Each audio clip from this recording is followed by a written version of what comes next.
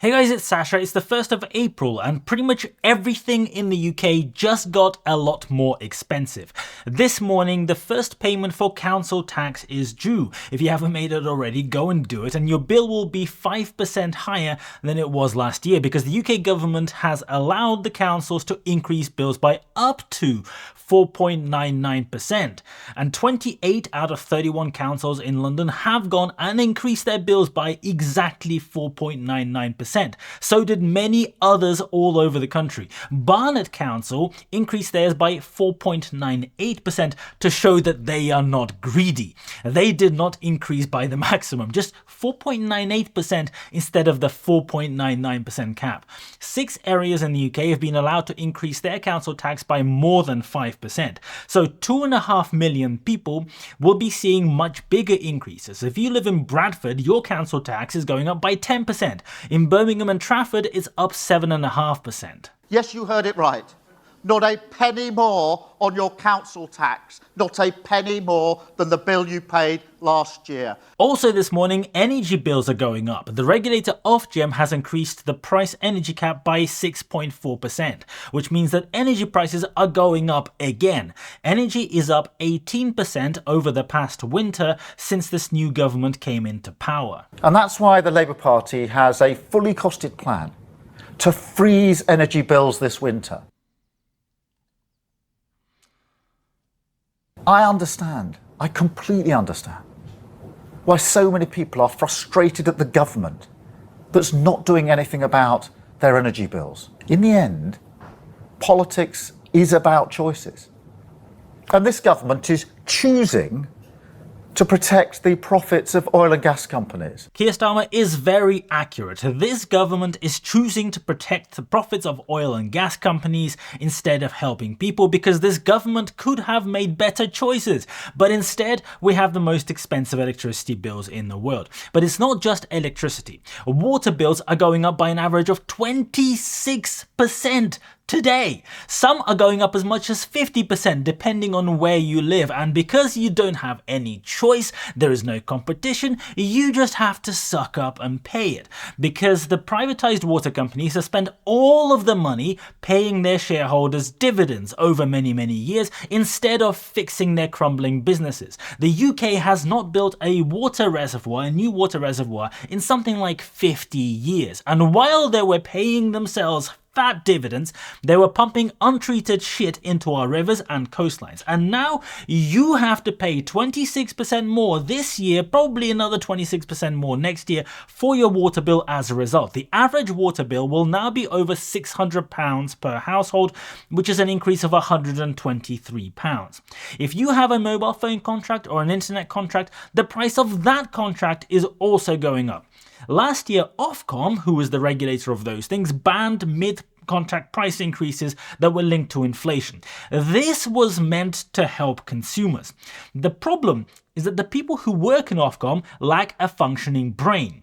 You can see on this handy diagram that they generated that instead of price increases that are linked to inflation, now when you take out a contract, the company has to tell you upfront exactly what the increase will be on which date during your contract. And you know what happened after this change?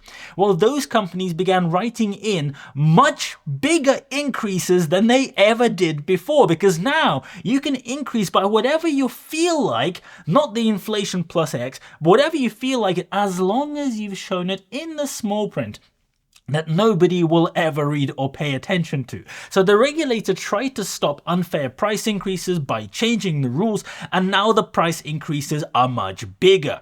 Well done. Everything is becoming more expensive, well, except for one thing. My newsletter is completely free. Did you know that I have a newsletter? You didn't, because it's starting this week. It costs absolutely nothing, and all you need to do is go to my website and sign up with your email. That's all I need. I will be sharing some of my unfiltered thoughts, some interesting takes that don't make it into YouTube videos. Some of them are just not long enough, some of them maybe not quite that important, and I don't have to be concerned about things like censorship, pleasing the YouTube algorithm. So if you want to get that newsletter, go to my website, link in the description, and sign up. The first newsletter is coming out this week. Now, back on the topic. Also this morning, almost 500,000 properties in the UK will see huge increases in business rates.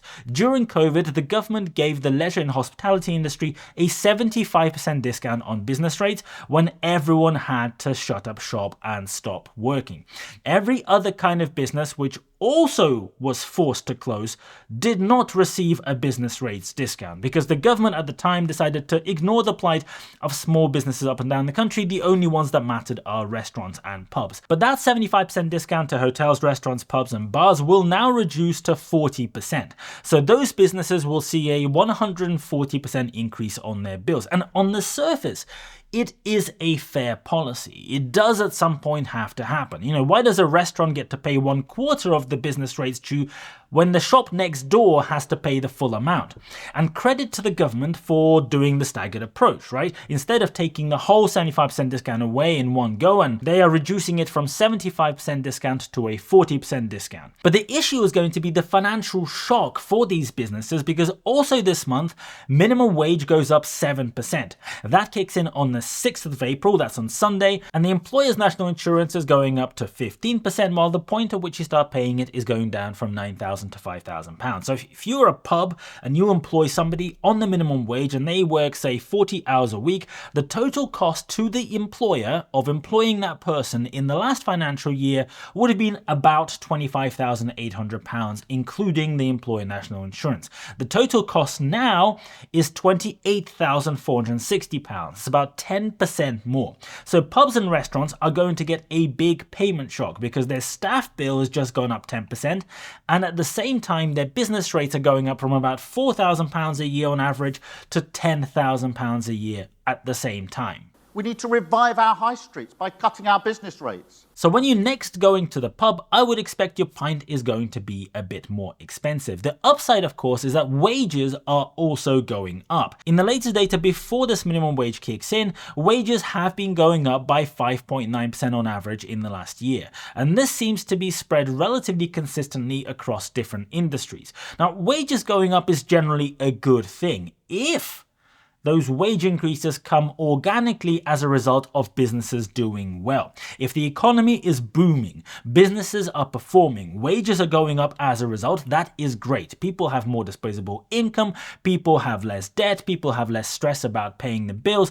The problem in the UK is that wages are not going up because the economy is booming. In fact, the economy is very much not booming and has not really grown for the last 6 years. Wages are going up because in those 6 years, the minimum wage has been pushed up by 60% through enforced legislation. Legislating for increases in pay while the economy is flatlining is actually counterproductive. It leads to people having less ability to find work. It leads to people being less mobile. It leads to a much smaller differentiation between people who earn just the minimum wage and the average. In fact, that has now collapsed to such a small gap that almost everybody is earning the same, which prohibits people from wanting to work extra, from wanting to go and move up the career ladder, take on more responsibility. If GDP is not growing, it means that businesses are not growing. It means the total output of the country is not growing. And if the output is not growing, but wages are growing very fast because the government is mandating it, all it does is put even more pressure on those businesses. Those businesses are then going to suffer even more, and you know what they're going to do? They're not going to grow again. And they might begin having to, make layoffs. I would not be surprised if we see some significant cuts starting on the back of these new tax increases at some point this year. And it will mean price increases too. Nursery fees are already shooting up because of the increase in tax and minimum wage. Good luck to anyone who's a working parent. Any service or product requiring manual labor will also see price increases as a result, and vehicle excise duty, car tax, is going up today as well. So last week, Donald Trump announced a 25% tariff on all cars being imported to the United States. 80% of the cars manufactured in the UK are exported, and the United States is the second biggest export market for the UK after the EU. 17% of the UK car exports in 2024 went to the US. That's about £7.5 billion worth of exports. Bentley, Aston Martin and McLaren sell about 1/3 of all of their cars in the United States. For Rolls-Royce, the United States is the biggest market in the world. Jaguar Land Rover sold 125,000 cars in the US last year, also about 1/3 of their total business. These are significant chunks of all of the businesses of UK car manufacturers. These new tariffs in the US will probably not impact the sales of things like high-end Rolls-Royce and Bentley cars too much. Those people probably are not very price sensitive. But Jaguar and Land Rover sales are going to get hit very hard, as will Mini sales. So these companies could do with selling more cars in the domestic market, because the US market is going to suffer. But VED rates on cars have just doubled this morning. Range Rover Sport models emit between 239 and 331 grams of CO2 per kilometre, depending on the model and the engine. So to buy one of those, you now have to pay £4,680 or £5,490 in car tax in the first year. That is substantial. It is 100% more expensive today than it was yesterday. But not only that, you also have to pay a new £425 surcharge on top of the £5,000 that you just paid if the car costs more than £40,000. So on top of getting hit over in the US, Jaguar Land Rover and other car companies will really struggle selling cars in the UK as well. And I know that most of you watching are probably not too sad for, the rich people not being able to afford the brand new Range Rover to replace the last year's Range Rover because the ashtray is now full. But the factories in Solihull, in Halewood, in Castle Bromwich, in Wolverhampton and other sites that employ tens of thousands of people for Jaguar Land Rover, that matters. Those people might be affected. These car companies are going to have a very tough year. And on top of all of this, stamp duty is also going up today. Since everything else is going up, why not stamp duty? Stamp duty used to start at £250,000, but now it will start from £125,000, where the 2% rate will apply. Your average house will now cost another £2,500 in stamp duty as a result of this increase. The 0% threshold for first-time buyers was £425,000 and now it's dropping to £300,000. If you're a first-time buyer buying a house in London, you will have to pay an extra £6,250 in stamp duty as a result of this change. The impact here is that it will now cost a lot more tax to move house. So if you are an older couple with a big house that would be far better suited for a younger family, you would be penalized very heavily by tax for downsizing, moving out of the big house, freeing it up for somebody who would make better use of it. This is a massive part of the reason that UK has a housing problem. People are massively financially disincentivized from moving out of a house that is too big. It actually costs you money. You'll have to spend tens of thousands of pounds to move out of a house and let somebody else live in it. So why would you do it? And today, the UK government just made it even worse. Well done, Rachel Reeves. Great job there. What a solid effort on housing. If somebody has the opportunity to move their job, which happens to be based in a different city, for example, or a different part of the same city that you cannot commute to easily, the cost of moving in stamp duty alone could mean that person chooses not to do it. They choose not to move for financial reasons. It makes the workforce less mobile, and that is also really bad for the economy. Remember, go and sign up for my completely free newsletter, link in the description. Thank you so much for watching, and I'll see you later.